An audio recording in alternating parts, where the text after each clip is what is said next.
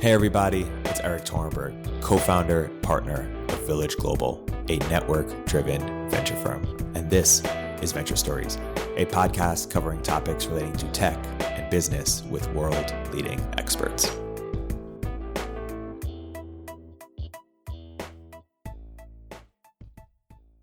First, I want to give a quick introduction and thank you to Janie at Accomplice, for whom this wouldn't be possible at all. Hey guys, so good to see so many familiar faces again and have the extended Rise family here.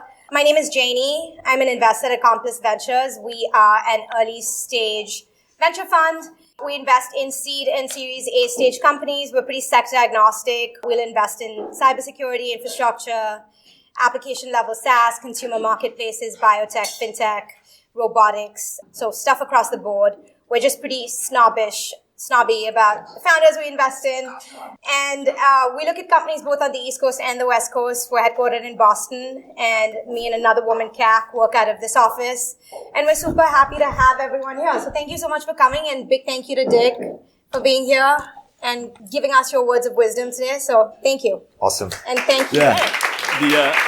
Awesome. And thank you, Janie, for being my co-host on this live podcast. So we were lucky enough to have Dick Costolo, former, among many other things, Michigan graduate. We have a bunch of Michigan graduates in the audience today.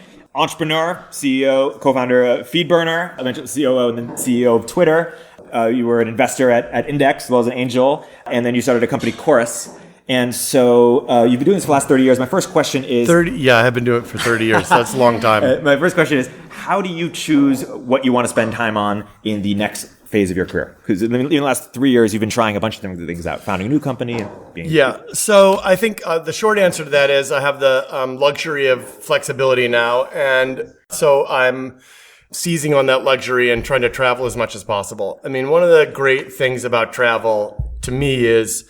There's this great, I think it's actually my pinned tweet on Twitter. A fiction writer said, I'm going to butcher the quote, but it's something like, one of the great things about reading fiction is you realize that everybody else in the world out there is a me too. Yeah. And, one of the fantastic things about travel is go to these places and meet these people and realize, man, I'm like, so, everything for whatever reason they were born here and I was born there and they're a me too. And, and then it bridges the distance between the way you think about different cultures and the way you think about things like religion and politics. And, when you don't see people, you're like, it's us and them. And It's easy to think of them as they're crazy and different. And then when you do see them and you're up close to them, it's amazing. I was in, just super shortly, I just got back from Tanzania for a few weeks in the Serengeti, which is, it's incredible. And one of the things I had the good fortune to do was hooked up with this tribe of hunter-gatherers called the Hadzabe or the Hadza in the southern Serengeti. They're related to the Khoisan people in the Kalahari. They're truly hunter-gatherers. They're not related to the Nilotic people who came down from Egypt and the Nile. But, there are like 400 of them left in this area, and they speak a version of the Khoisan clicking language. And they're wearing and carrying. They don't have farms. They don't grow anything. They don't have cows. They don't have homes. They're wearing everything they own, and they sleep on the ground at night in the bush. They're like, we hung out with them, all night around this fire, and they're like hilarious. They're like, and they're asking these questions that when you hear them ask them, you're like, yeah, that must seem totally weird. They were like, you're bald and she's got red hair and that dude's got black hair and glasses. Are you guys like all in the same tribe? And how did you look? Why do you look that way? Yeah. And then they asked us how we came over and, did you guys come over in one of those things in the sky? And we said, yeah. And they were like, did you make it? And of course, it's a totally reasonable question because they make everything they own. I was like, no, we're not nearly as competent as you are, and we would die in 10 minutes out here on our own. But, that's awesome and amazing and fun. They're hilarious. And the mother of the family was like, don't speak her language, but she was like cracking us up all night. So, So when I travel, I see my family in Colombia, and I see that some of them have much less than I have, and yet are so much happier, and it makes me miserable.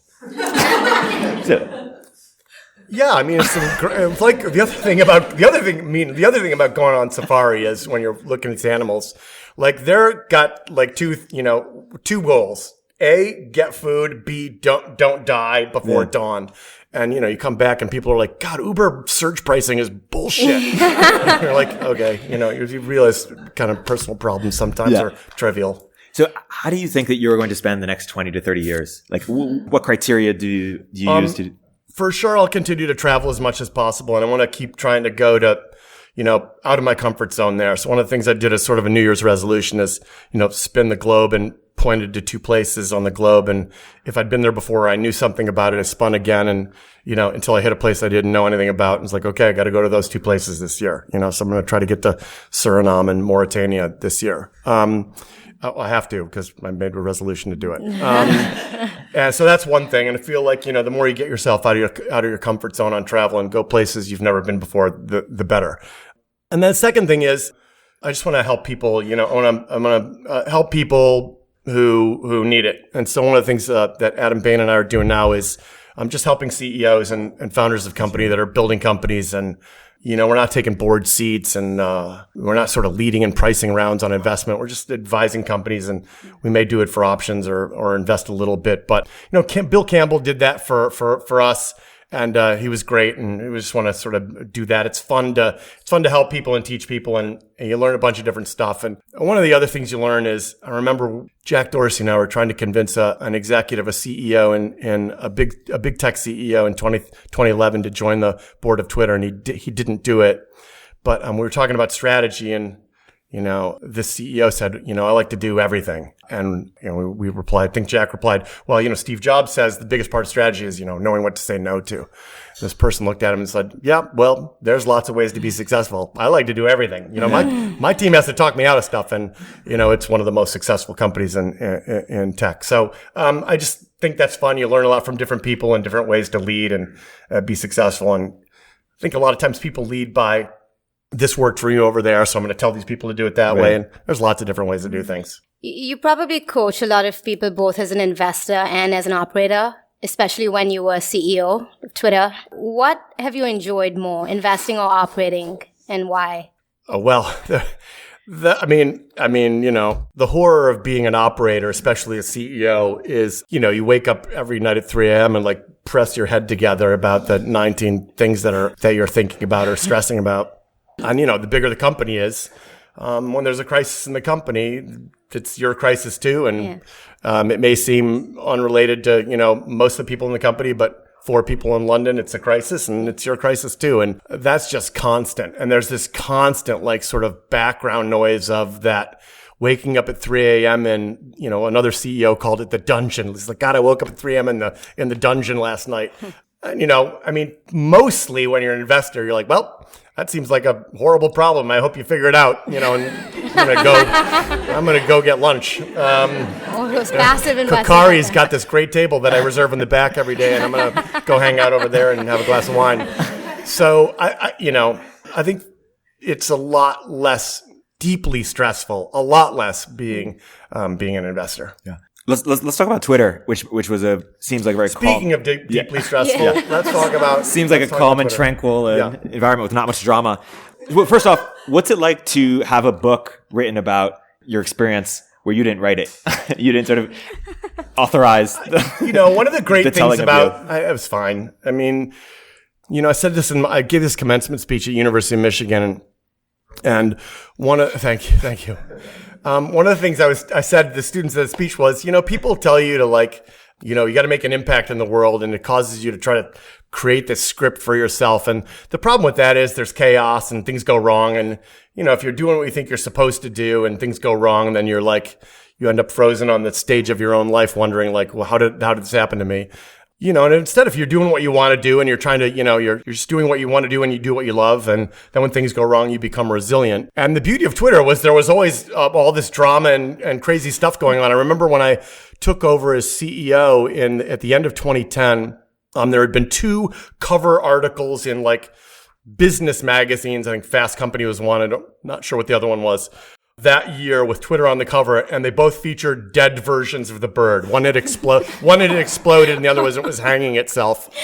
And I was like, okay, the goal for 2011 is no dead Twitter birds on the cover of magazines. This is the lowest bar possible for PR. But I mentioned that by way of saying we were super resilient because everyone was constantly well, that's it for Twitter. And from 2008 to 9 to.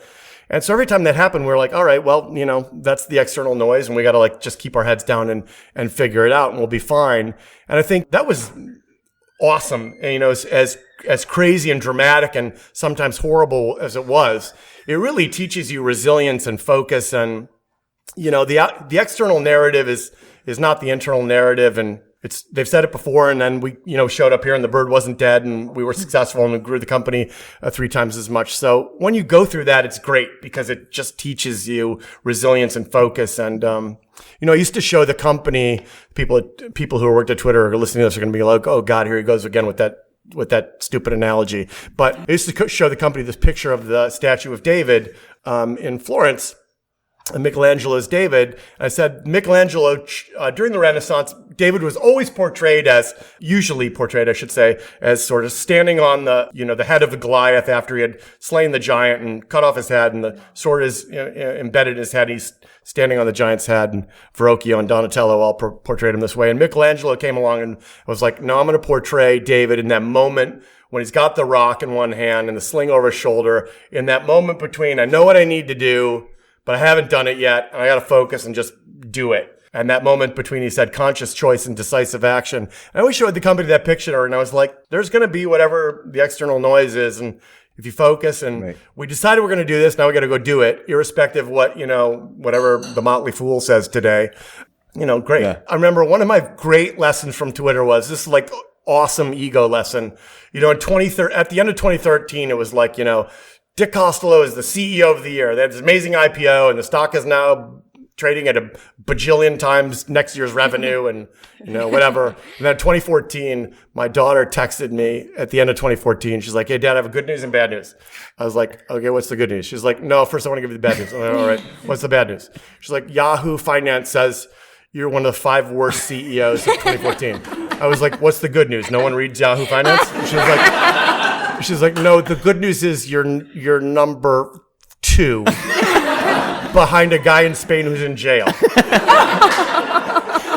was like, all right, well, that's good news. Thanks, Russ. My kids are good. They keep you honest. You have a lot of credibility when it comes to pursuing your passion, and it all worked out because you pursued comedy, and then you, I guess, failed at comedy, and then became rich and successful at something. Failed at comedy? Wow. You became rich and successful doing something else. And I feel like it rings hollow for all the mixtape rappers out there who are still doing their thing. Like, how do you think about that?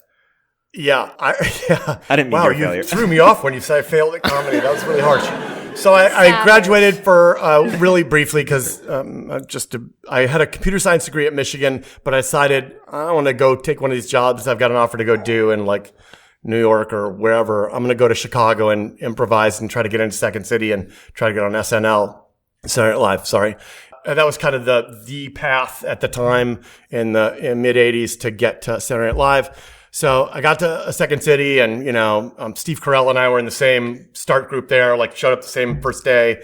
Tina Fey and Rachel Dratch and Adam McKay. I know Adam. The guys who started Upright Citizen Brigade are all friends of mine. And that was just awesome, And then eventually the auditions come around for shows, and years later, when you're good enough to get invited to them. And, I didn't get SNL, but a lot of people didn't get it.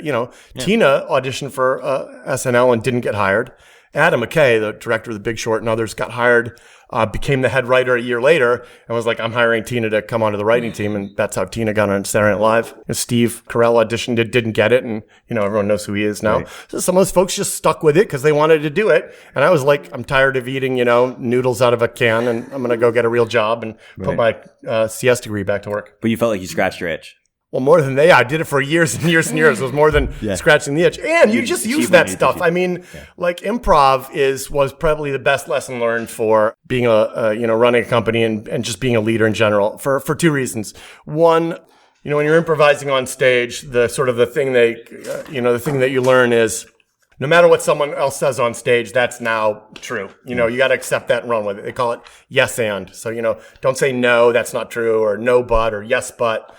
Everything is, I take that, accept it as the truth, and I run with it. And, I think a lot of times leaders and managers and CEOs, someone in the company will work up the guts. Like, imagine you're in a 4,000 person company like Twitter. It's got 38 offices around the world. You're new at the company, and you work up the guts to go tell a VP or, a director or, God forbid the CEO, like this thing that you perceive to be true that like, why is no one saying this? And then they look at you and go, that's not true. One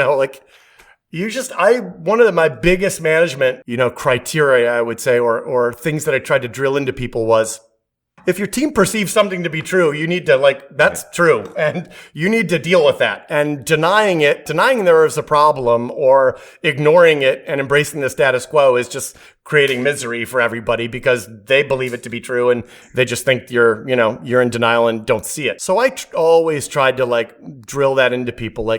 If people think this is true, there's something that's their truth, and we need to figure out why they think that if we believe otherwise. I think that's important. That was a great lesson learned from improv. And then, of course, the yes, the bias to, we had this thing at Twitter called bias to yes. Assume the answer is yes and, communicate what you're doing, but assume the answer is yes and don't wait around for permission or, ask for permission. Just go and do it. I think that stuff's important. In your Michigan speech, your advice for young people was about taking risks, especially early in their career. So what was breaking into comedy the biggest risk you took, or what's been the biggest risk of the last few years? Always trying to take them. I had these great job offers after Michigan, and I ended up working in the coat room of this nightclub in Chicago, hanging coats up so I could perform at Second City. Yeah. I remember this guy in my computer science class at Michigan came into the nightclub on one Saturday at midnight or something with a bunch of friends, and he's in a suit. He hands his coat over, and I took it. He looks at me and he's makes eye contact with me. He's like, "What happened?" I was like, "Why are you there?" It's Have you found him since? I haven't. I had him killed later on, much later. I just always, every time I've taken a big risk, I was great. It always has been, I've been happy I did it. Tons of, I never had ego about, if I do this and it doesn't work, that will make me look bad. Or I can't go do something new from scratch after Twitter because now I've got to go do X, Y, Z. I never have had any of that. I've always thought taking big risks, it's the way I think about travel. Going somewhere I've never gone before and taking myself out of my comfort zone is always fun, and you learn a ton from it and you grow as a person, and all of those are good. Yeah. So was starting a company in the fitness space that sort of a risk after Twitter?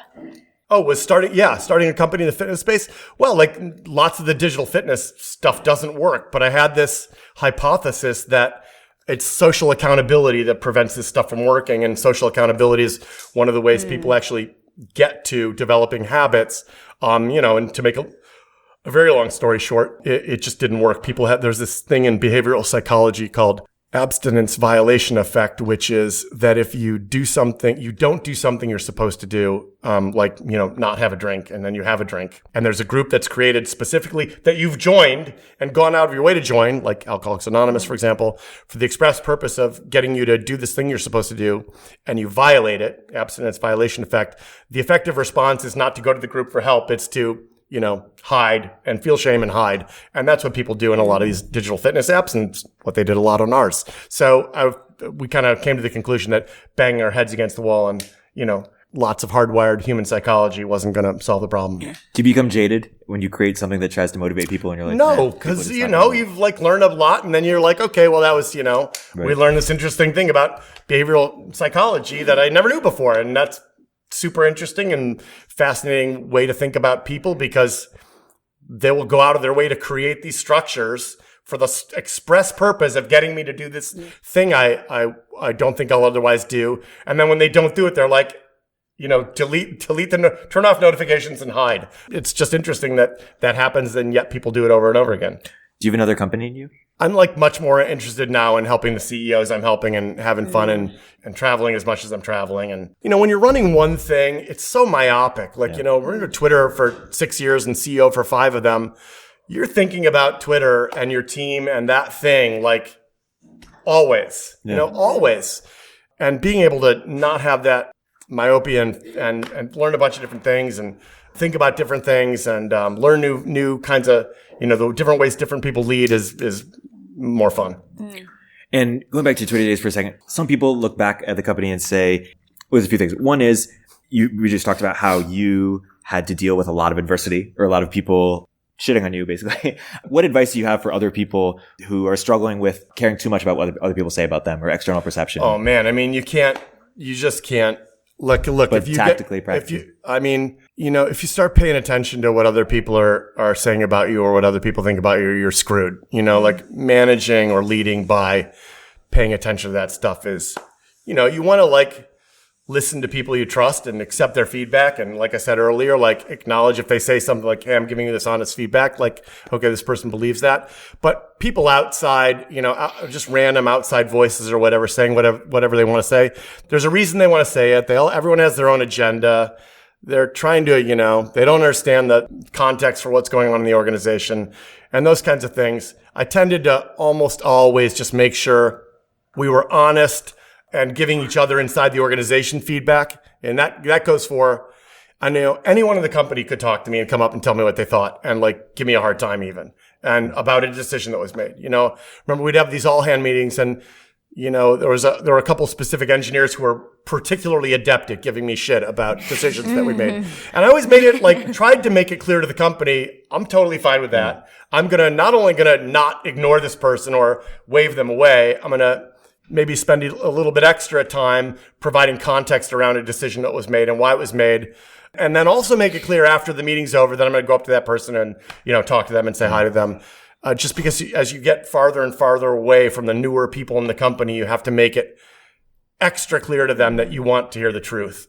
I remember Peter Chernin, who was on my board and was the COO at News Corp for, years and years and made the two biggest grossing movies of all time, Avatar and Titanic, or at least they were until a couple of years ago. Someone at this leadership conference said, how do you find out when good things happen in the global organization? And Peter laughed and was like, trust me, the good news finds its way to me right away with 15 people taking credit for it. It's the bad news. You got to make it okay for people to, you can't punish people for telling you the truth. It's mistakes you see all the time. People get in trouble for, hey, we screwed this thing up, and then they get in trouble for it. Don't punish people for making mistakes. It's, it's the job of leadership to correct mistakes quickly when they happen, not prevent mistakes from happening. Stuff's going to go wrong. Speaking of, what's a moment in Twitter history where you're like, fuck this is just too much, and then you regained inspiration? I'd say Tuesday at 7:30 a.m. It was but deeply. No, I don't. I decided to leave at the end of mentally decided to leave at the end of 2014 and told the lead independent director, Peter Curry, at the very first, I think it was the very first board meeting in 2015, if I remember correctly, in January, hey, this is, this is my 6th year. Took this thing from zero in revenue to $2+ billion a year in revenue and one office to 36 offices and it's a $30 billion public company. It's time for me to move on after this year.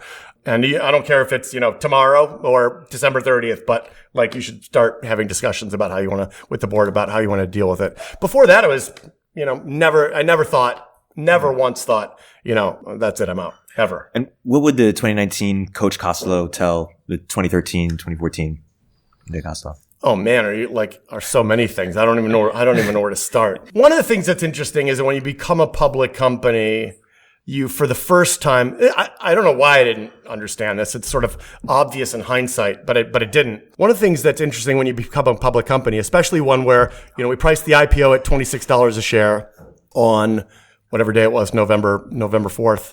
Going into the IPO, we had on the cover of our filing $16 to $19 a share. At the end of day one, it was at $47 a share. And then a month later, right before Christmas, it was $70 a share.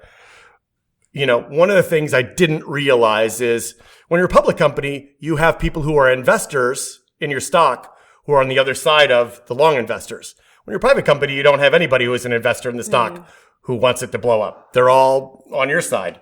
And so when you're public and there are people on TV saying stuff and you're like, that's not right. Where's that coming from? And then you realize, oh, there are people on the short side of the stock right now.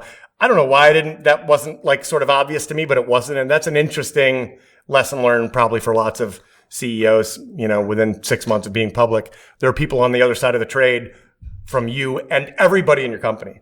So the political and media landscape in the US has been super dysfunctional, to say the least, over the last few years. And I think what we see on Twitter is really very intense microcosm reflecting that landscape. Can you speak a little bit about what you see Twitter's role has been over the last few years, especially in the last election, and how you see that role evolving in 2020 and going forward?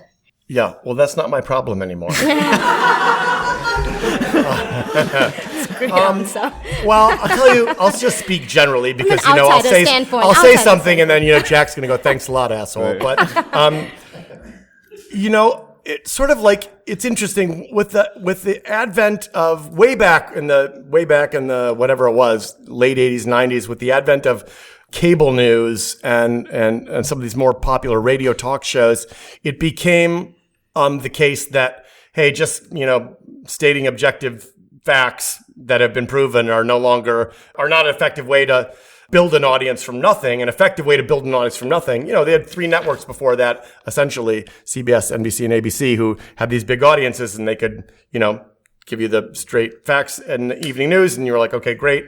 Building an audience from nothing, a great way to do it in cable news and radio talk shows was have a really, really, really, strong point of view, and it's us versus them, and you impute perspective and point of view from anyone else who thinks other than you do, and you create a narrative around that, including name calling and tribalism and everything else, and and there's lots and lots of examples of that. I think some of this stuff, like social media, for example, Twitter and YouTube and Facebook and everything else, is just sort of the next order of magnitude. More of that. So like when I said earlier, the great thing about travel is you learn everyone else out there in the world is a me too. You don't get that, sitting at home and, looking at a reply from someone you've never met before and don't know anything about who disagrees with you. And, you're more likely to just yell at them and then try to think about, well, I wonder what Bob is going through today in, the Philippines that would cause him to say, I'm crazy. Must be having must be stuck in traffic and it's just horrible. Oh, let me look up the weather. Oh, it's 96 degrees and humid in, Manila. No wonder he's in a bad mood. No one does that. They just yell back at each other. So I think that that's an amplification of this stuff that's been happening in an effort to build an audience and create a following. And you just have more and more and more of this us versus them. And I'm not sure what the right answer is to the way around it. And who, in your opinion, has the most interesting, fascinating, or entertaining Twitter account? And you cannot say Trump. Who else? No, I don't think about it that way. I know it's a cop out, but I always especially when I was CEO, I did it a lot more when I was CEO. I tried to always unfollow giant swaths of people and then follow a whole new giant swaths of people. Just learn all this crazy, interesting stuff. I think a lot of fiction writers are great at Twitter. Quote is about Margaret Atwood and a great Dismal, the science fiction writer, and there are lots of great authors on Twitter, actually. Lots and lots of great authors on Twitter. And they use it quite a bit, not just journalists, but fiction writers. I think sometimes those are some of my favorite accounts, but I think of them as a collection, not as, one or two accounts. I think the quote you were talking about at the beginning was about learning empathy by reading fiction. Yeah. That's exactly right. Yeah. You learn that everybody else is me out there too. Yeah. That's for sure true. I think one of the great things that great leaders do is they're empathetic. They don't do things like, I always had a hard time trying to describe this to my managers. Your job isn't to go into a hard discussion and be sympathetic, by which I meant don't go into the discussion and go, oh man, I know how you feel.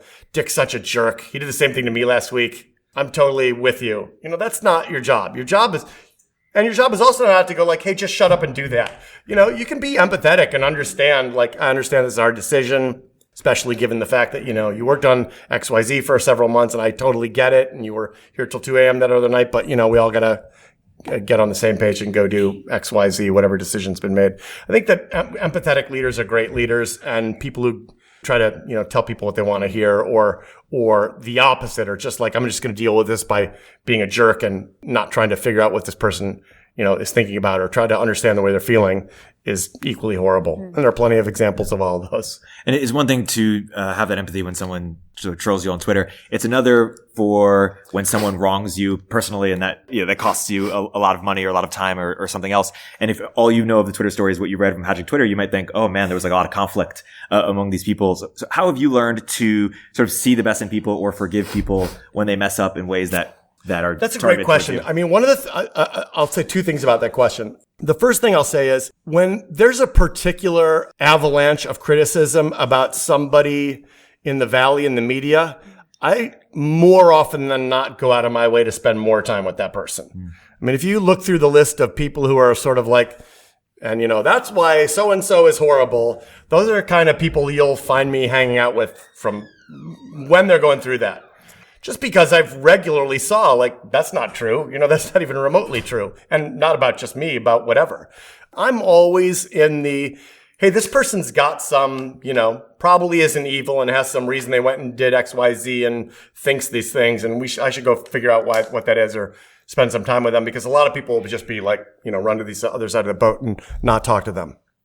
So I do that, I think, a lot more than other people. And the second thing I'll say about even more explicitly about the book Hatching Twitter is, Nick Bilton, the author of Hatching Twitter, has this great story that I'll try to make as short as possible.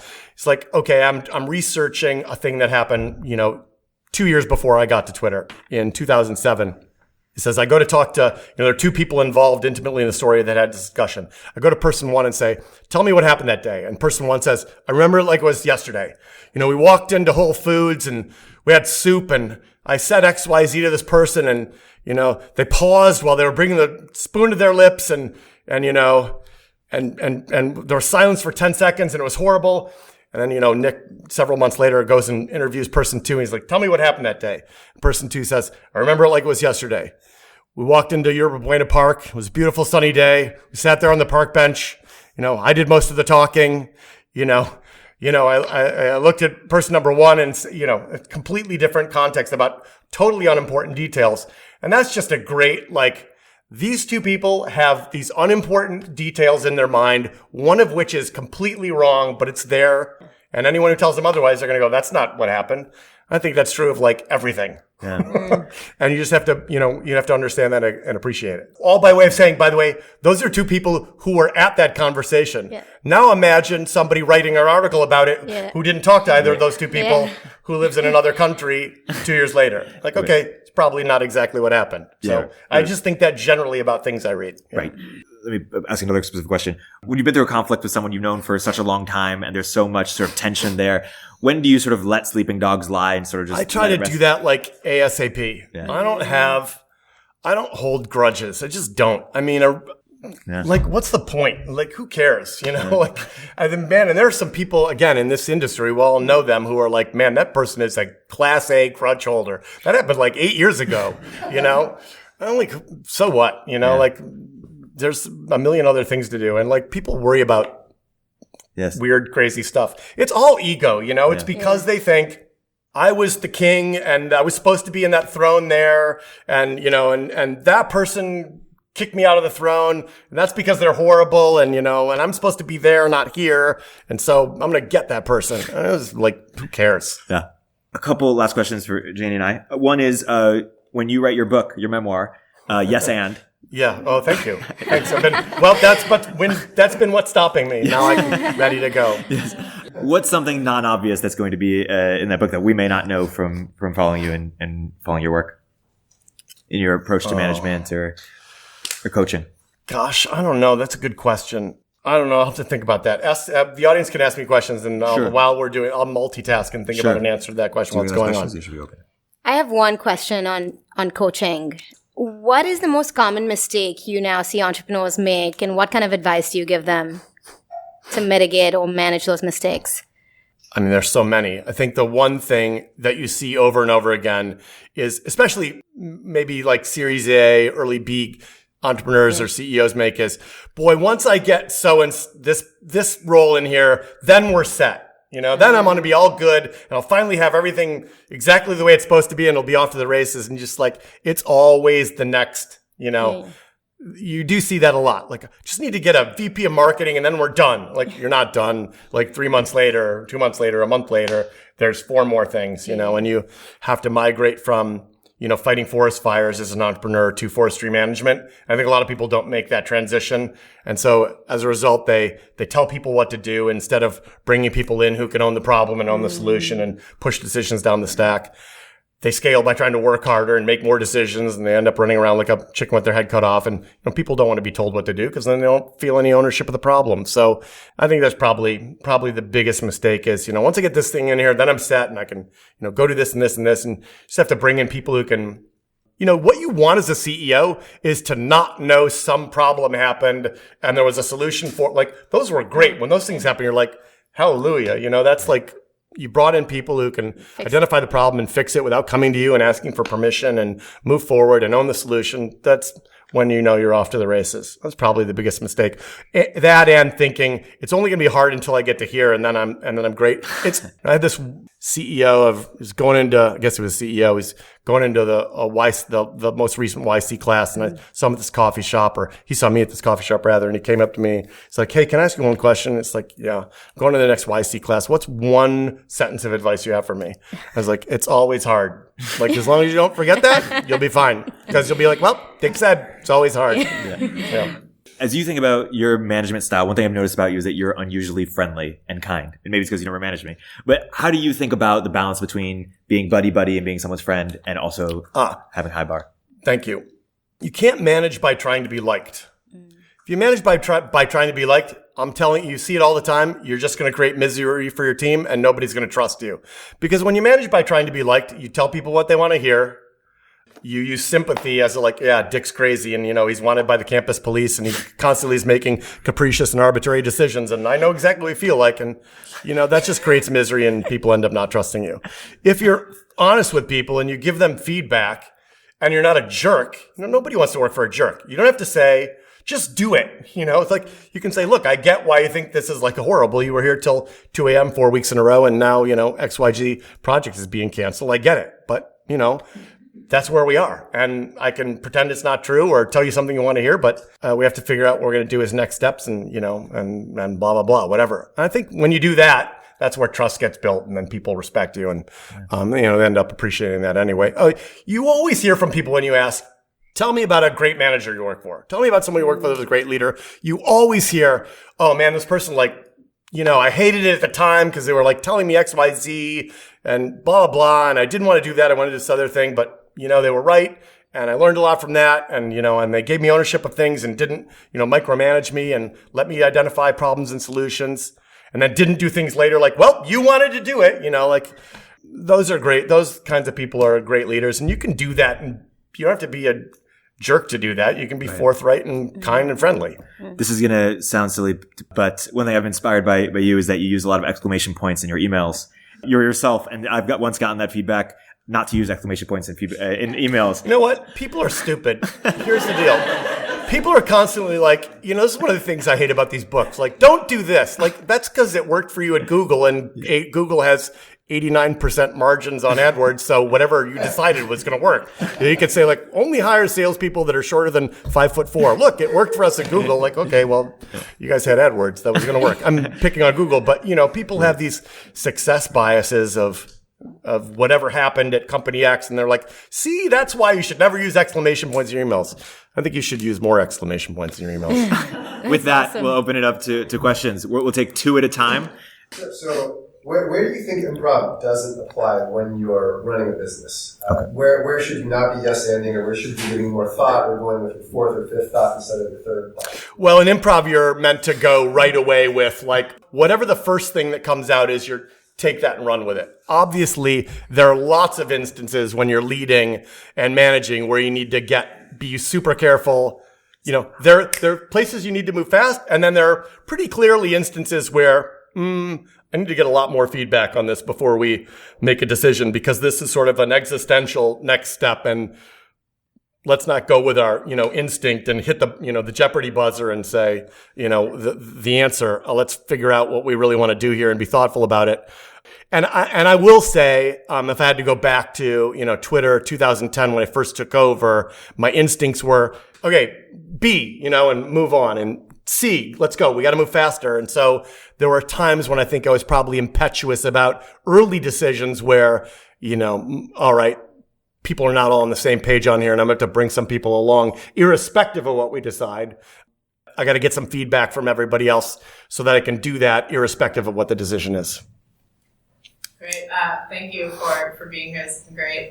Question for you. We have not seen any breakout social media companies over the last few years.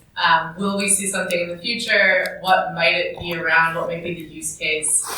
Curious for any thoughts you have on that. Yeah, I think so. I mean, my short answer is yes. And I think that people will use what they don't appreciate about it'll be something that measures success based on a metric that the current platforms can't measure success on, right? So if you think about, I'm generalizing dramatically here, but if you think about the current platforms measuring success as engagement, maybe a future platform will be, hey, this is going to work great if you're log in once a week and there are 4 things you look at and you don't come on again until next week. That will be the great way to use this thing. Something that kind of comes at success metrics on an orthogonal, from an orthogonal vector will be something that works great. And the existing players won't be able to compete with it because they'll be like, well, we can't do that because we want people on a lot and doing lots of things and, engaging with lots of stuff.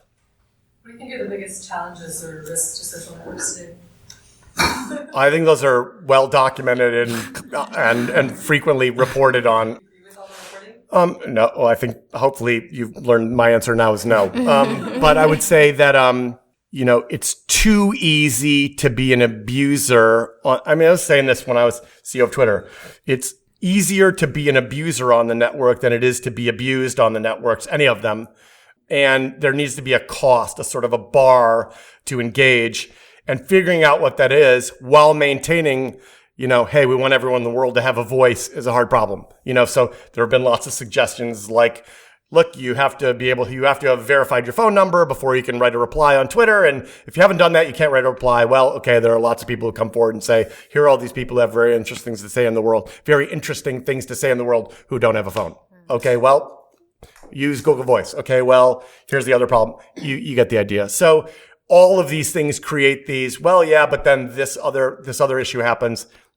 I think that's the main issue. It's too easy to be either a disinformation spreader or an abuser.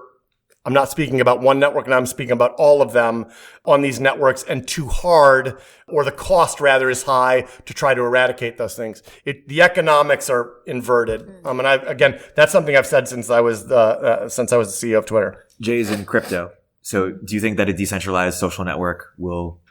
Well, I would love to see some sort of truly decentralized identity that could be, and true identity where you could, a verifiable identity that you could use as sort of a next generation way of building these things. Like you can imagine a decentralized, a blockchain based LinkedIn where the resume is created by other nodes on the network for individuals. That would be awesome. And then you're not, I'll get calls, reference calls from CEOs and investors and tell me about, person X. Like, never heard the name before. Oh, how is that possible? They ran mobile engineering at Twitter from 2011 to 2015. Like, nope. No, they did. It says right here on LinkedIn, and they're applying for this job. And like, that is not a person that doesn't exist, and I don't think I've ever heard of before. And they certainly did not run mobile engineering Twitter.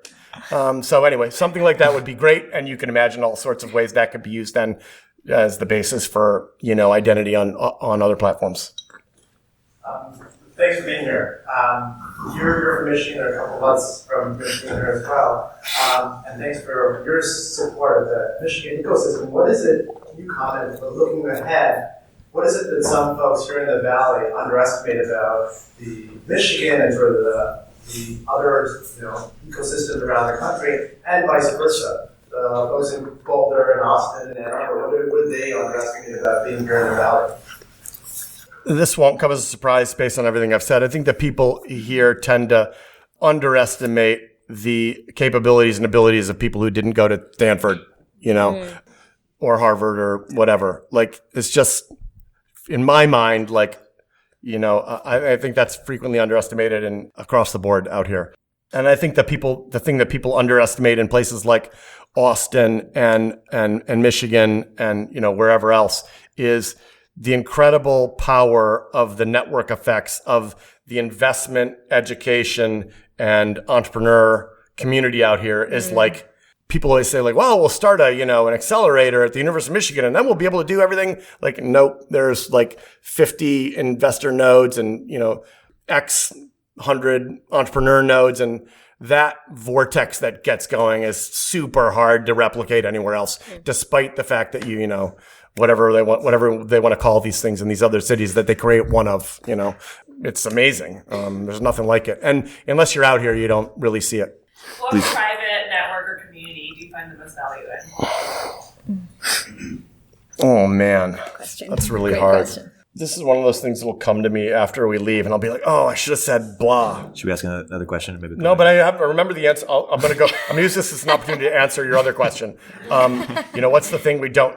Yeah. One of the things that you hear all the time as an entrepreneur, and by the way, it's reinforced by executives and CEOs who say this on stage, is, you know, here at Company X, we only hire A players because B players hire C players and C players hire, you know, we only hire A players. Let me tell you something.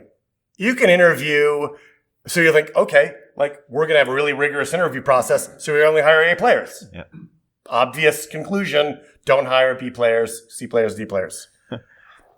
You're going to hire a bunch of B players, C players, and D players, and you can interview people till, like, you know, the sun implodes. It happens. So I think the biggest lesson for us as a leadership team was, you know, you always have to do I convinced this person to come here, and I went out and had dinner with them at their house, and, you know, bought them a dog or whatever he did, and he told the board I got to give him a signing bonus, and what am I going to do with the dog now? And you just have to acknowledge some of the decisions we made are great and some are bad, and we have to fix them as soon as they happen. And again, if you think people are fooled in the company, they're not fooled. Everybody sees it didn't work. That person's probably miserable, and you just have to correct those things when they happen. And you can't go around and going, you know, well, you know, if we were over there, they only hire A players. It's just not true. Yeah. Oh, I'm curious about what you said about managing to be liked and more broadly inflection points in management that you've had. Was there a point at which you were you managed to be liked and you're like, oh, that didn't work so well? I don't know. There's so many mistakes I made that I would don't do that again. And I tried to always tell the team, one of the things I tried to do at Twitter was, when I made a mistake, get up and talk about it so that people were like, okay, it's okay to make a mistake and acknowledge it. So, I mean, how many times we've all seen this? Someone gets up at an all-hands meeting in a company or goes up to the CEO, is like, that didn't really work, so how do we feel about that? And they're like, well, it kind of worked, and, you know, or, well, it's not true yet. It's not necessarily true that it didn't work yet, or whatever the question is. We've all seen the answer that's everyone in the audience is spin, you know, I'm being spun. And then nobody wants to go up and tell that person the truth because they're just going to spin me. So I always tried to, whenever those things happen, and as I said, they happen a ton, tried to get up and go, okay, here's where I think I screwed up. Here's the takeaway from that. You know, I think of everything from reorgs that we screwed up, where we talked about what the reorg might look like before we really knew what it was. So then you've got people being political and going around jockeying for position before the thing is written in stone, and got in front of the company and apologize for that and all the misery it created for people. And just tried to, you know, every time I did that, tried to make it clear, nobody's going to get punished for screwing something up. The job of leadership is to correct mistakes quickly when they happen. That way people will tell you the truth and not try to sweep things under the rug. So we're going to try to do two questions. Sure. We talked about impact. How do you feel about what the Twitter network has gone to do? You know, I mean, I was at Twitter. For me, that was one of the best parts of working there. Do you have a lot of pride in seeing the lessons that we learned being applied throughout the valley to different companies? Yeah, of course. All the time, too. All these amazing companies, you know, great leaders at companies, great products, new investors, the six of the women on my leadership team who built #Angels and are now out there as investors. Katie Stanton, Vijay Gade, Jess Varelli. I'm not going to name all of them because then they're going to be like, why did you leave me out? I'm number 6. Sure. Anyway, Chloe, Jan, and April are the other 3, by the way. Thank you.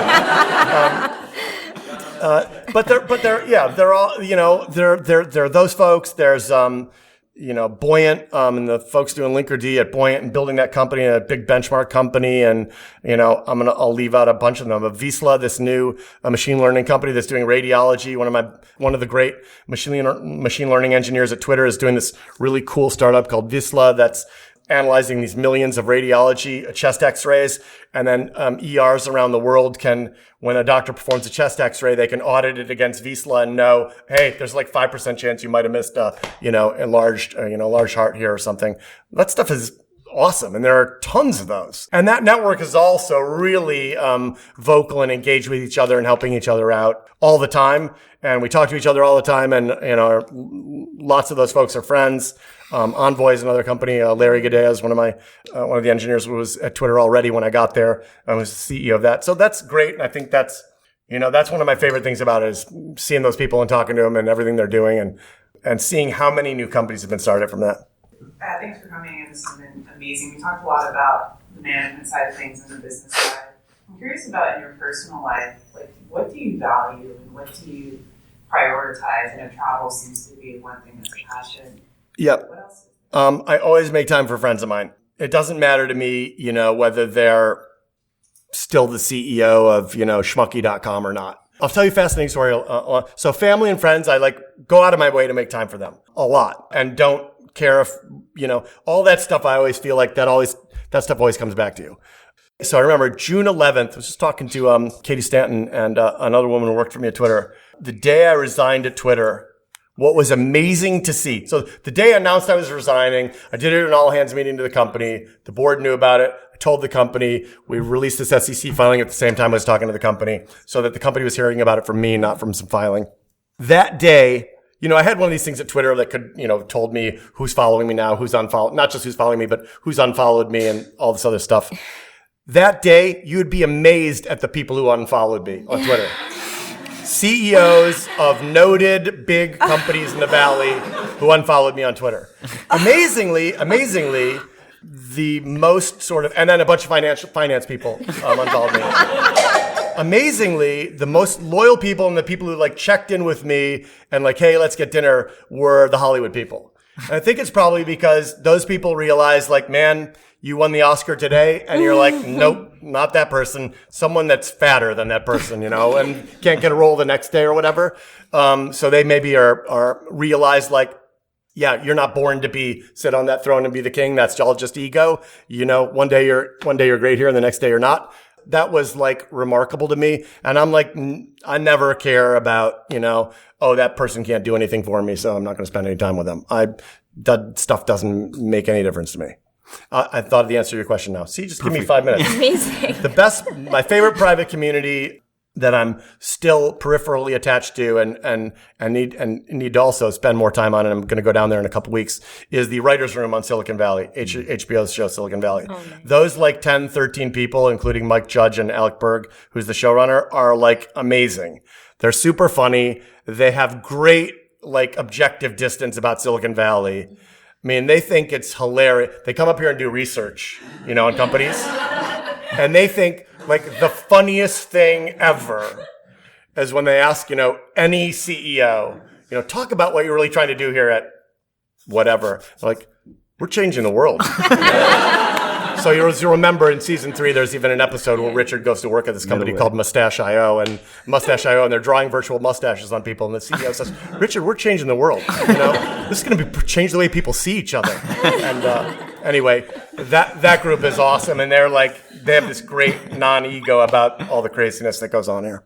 Awesome. It's awesome. With that, we give you a huge thank you to Dick Costolo for coming.